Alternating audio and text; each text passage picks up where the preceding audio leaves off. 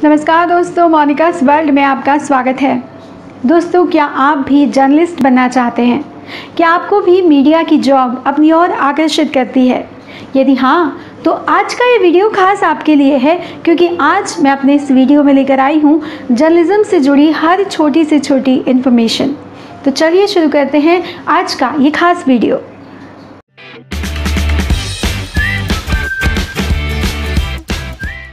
दोस्तों, एक अच्छा पत्रकार बनने के लिए आपको डिग्री के साथ साथ कुछ ऐसी खूबियाँ भी हैं जो आपके अंदर होनी चाहिए। जैसे कि आपको न्यूज़ की समझ होनी चाहिए। कौन सी चीज़ न्यूज़ बन सकती है, इसकी थोड़ी सी समझ, इसकी थोड़ी सी जानकारी आपको होनी चाहिए। साथ ही आपका जनरल नॉलेज बहुत अच्छा होना चाहिए। आपके आसपास क्या घट रहा है, देश में क्या घट रहा है, कौन किस पद पर है, ये सारी जानकारी एक पत्रकार को होना बहुत ज़रूरी है। साथ ही आपको लिखना भी आना चाहिए। थोड़ा बहुत लिखना एक पत्रकार को आना बहुत ज़्यादा ज़रूरी होता है। आपकी भाषा पर पकड़ बहुत अच्छी होनी चाहिए, यानी कि आपकी हिंदी बहुत अच्छी होनी चाहिए। अच्छे शब्दों का इस्तेमाल आप लिखने में, बोलने में कर सकें। साथ ही आपकी अंग्रेज़ी भी इतनी अच्छी तो होनी चाहिए कि आप कोई इंटरव्यू ले सकें। अगर कोई अंग्रेज़ी में आपसे सवाल कर रहा है तो आप उसका सामना कर सकें, उससे पूछ सकें। इसकी जानकारी आपको होनी चाहिए। साथ ही आपको टेक्निकल भी कुछ चीज़ों की जानकारी होनी चाहिए, जैसे कि आपको टाइपिंग आनी चाहिए। साथ ही कंप्यूटर की भी आपको नॉलेज होनी चाहिए। इसके अलावा अगर आप थोड़ी बहुत एडिटिंग भी जानते हैं तो ये आपके लिए प्लस पॉइंट साबित होता है।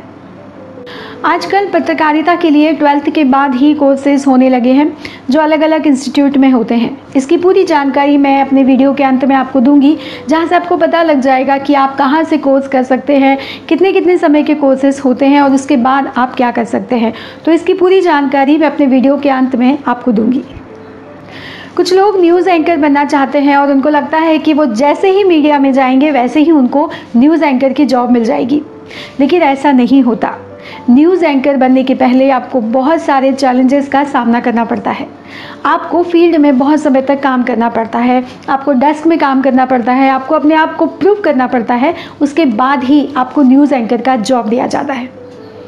पत्रकारिता की फील्ड में जब आप उतरते हैं तो आपको मानसिक रूप से ये तैयारी करके आना चाहिए कि आपके सामने बहुत सारे चैलेंजेस आने वाले हैं। ये नहीं है कि पत्रकार को बहुत सारा काम करना पड़ता है, लेकिन पत्रकार को 24 आवर्स तैयार रहना पड़ता है। कभी भी किसी भी वक्त उसको बुलाया जा सकता है, उसको काम के लिए कहा जा सकता है, उसको फील्ड पर भेजा जा सकता है, क्योंकि न्यूज़ कभी भी आ सकती है। तो आपको हमेशा तैयार रहना पड़ता है। तो ये सारी चीज़ें मानसिक रूप से आपको सोच कर ही पत्रकारिता के फील्ड में आना चाहिए। दोस्तों, मैं आपको बता दूं कि प्रिंट मीडिया और इलेक्ट्रॉनिक मीडिया दोनों ही अलग तरीके से काम करते हैं। लेकिन यदि आप इलेक्ट्रॉनिक मीडिया में जाना चाहते हैं तो मैं आपको ये सलाह दूंगी कि आपको कुछ समय प्रिंट मीडिया में काम करके देखना चाहिए। आपको अपनी इंटर्नशिप प्रिंट मीडिया से शुरू करनी चाहिए, ताकि आपको बेसिक चीज़ें पता चलती है और आपको प्रिंट मीडिया और इलेक्ट्रॉनिक मीडिया का अंतर भी समझ में आता है, जो कि आगे चल के आपके काम करने के तरीक़ों में भी फ़र्क लाता है। तो आपको अपनी काम की शुरुआत प्रिंट मीडिया से करनी चाहिए, उसके बाद आपको इलेक्ट्रॉनिक मीडिया में जाना चाहिए। पत्रकारिता में डिग्री मिल जाने के बाद जब आप फील्ड में उतरते हैं, काम करना शुरू करते हैं, तो एक चीज़ सबसे ज़्यादा काम आती है, वो है आपके कॉन्टैक्ट, आपके सोर्स। मीडिया के फील्ड में जब आप जॉब करते हैं तो आपके कॉन्टैक्ट, आपके सोर्स बहुत ज़्यादा स्ट्रॉन्ग होना ज़रूरी है। आपकी बॉन्डिंग लोगों के साथ होना बहुत ज़रूरी है, ताकि आपको न्यूज़ का पता लग पाए, आपको सोर्स ऑफ न्यूज़ का पता लग पाए, जिसके लिए आपको अपने सोर्स को बढ़ाना पड़ता है। तो ये सारी क्वालिटीज़ आपके अंदर होना बहुत ज़रूरी है। यदि आप एक न्यूज़ एंकर बनना चाहते हैं तो आपको सबसे ज़्यादा ज़रूरी है आत्मविश्वास का होना। यदि आप में कॉन्फिडेंस नहीं है, यदि आप कैमरे को फेस नहीं कर सकते हैं, तो फिर आप न्यूज़ एंकर नहीं बन सकते। यदि आप एक सक्सेसफुल न्यूज़ एंकर बनना चाहते हैं तो आपको कैमरे को फेस करना आना चाहिए और आपके अंदर वो आत्मविश्वास होना चाहिए कि जब आप पहली बार एंकरिंग करें तो इतने आत्मविश्वास के साथ करें कि आपके एडिटर आपको मना कर ही नहीं पाए। एक पत्रकार को हमेशा चौकन्ना रहने की ज़रूरत होती है। मान लीजिए आप अपनी कार से कहीं जा रहे हैं, रास्ते में आपने देखा कि कोई एक्सीडेंट हो गया है, तो आपको एज ए पत्रकार वहाँ पर रुकना चाहिए, क्योंकि हो सकता है कि वहाँ से आपको कोई न्यूज़ मिल जाए, हो सकता है कि वहाँ पर कुछ बड़ा घटित हुआ हो। हर जगह से न्यूज़ मिल सकती है, इसलिए पत्रकार को हमेशा अपने आँख, नाक और कान खुले रखने चाहिए। चलिए मैं आपको बताती हूँ कि पत्रकारिता के कौन कौन से कोर्स हैं और आप कहाँ से कर सकते हैं, उसकी पूरी जानकारी देखिए। दोस्तों आइए मैं आपको बताती हूँ कि मास कम्युनिकेशन के कौन कौन से कोर्सेज होते हैं। Master of journalism and mass communication, bachelor of journalism and mass communication, post graduate diploma in journalism and mass communication, diploma in journalism, PG diploma in mass media, MA journalism and mass communication. आइए अब जान लेते हैं कि इन courses को करने के बाद आपके पास करियर के कौन कौन से ऑप्शन होते हैं। आप लेखन, संपादन, प्रसारण या केबल कास्टिंग, समाचार जैसे अन्य कई प्रोफाइल पर काम कर सकते हैं।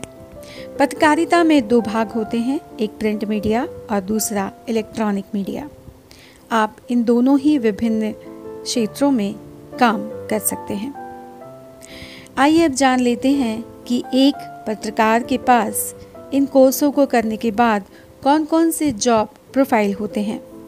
आप टीवी एंकर बन सकते हैं, समाचार संपादन का काम कर सकते हैं, आप सीनियर जर्नलिस्ट बन सकते हैं, जूनियर जर्नलिस्ट बन सकते हैं, स्क्रीन राइटर बन सकते हैं और एडिटर बन सकते हैं।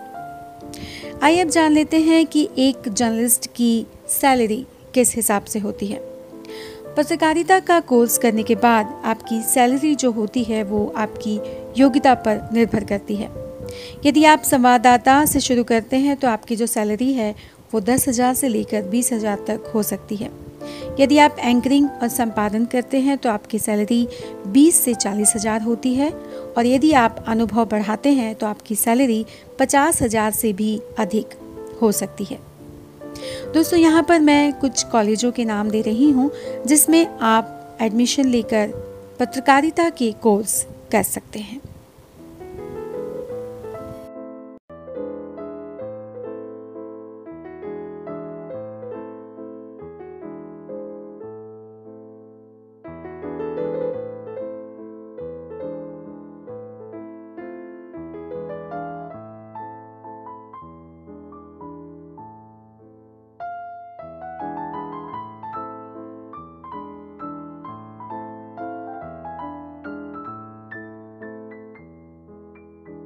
दोस्तों पत्रकारिता चुनौतियों से भरा जॉब है, लेकिन साथ ही बहुत ज़्यादा इंटरेस्टिंग भी, क्योंकि इसमें हर दिन आपको कुछ नया करने को मिलता है।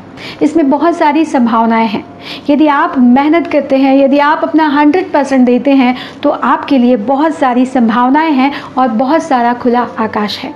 यदि आप में भी ये सारी खूबियां हैं तो पत्रकारिता की दुनिया, मीडिया की दुनिया आपकी राह देख रही है।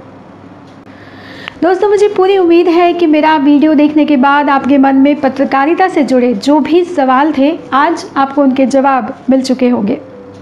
यदि आपको मेरा चैनल अच्छा लगा है, यदि आपको मेरा आज का वीडियो पसंद आया है तो प्लीज़ इसे शेयर कीजिए ताकि ये ज़्यादा से ज़्यादा लोगों तक पहुंच सके।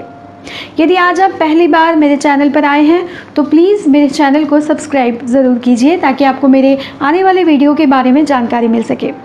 दोस्तों यदि आपके कोई सुझाव हैं तो वो भी आप मुझे कमेंट बॉक्स में दे सकते हैं, मैं उनका जवाब देने की पूरी कोशिश करूंगी। तो दोस्तों अगले किसी नए वीडियो में, अगले किसी नए विषय के साथ बहुत जल्दी आपसे फिर मुलाकात होगी। तब तक के लिए आप अपना और अपनों का ख्याल रखिए। धन्यवाद दोस्तों।